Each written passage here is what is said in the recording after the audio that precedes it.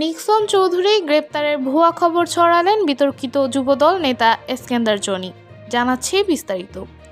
যশোরে আবারও আলোচনায় এসেছে বিতর্কিত যুবদল নেতা এসকেন্দার আলী জনি।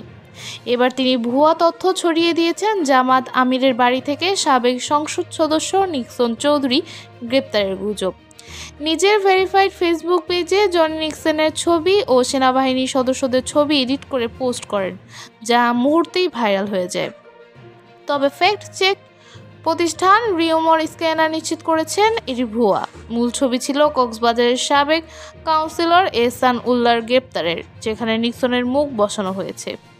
এই ঘটনায় তীব্র নিন্দা জানিয়েছেন যশোর জেলা জামাত।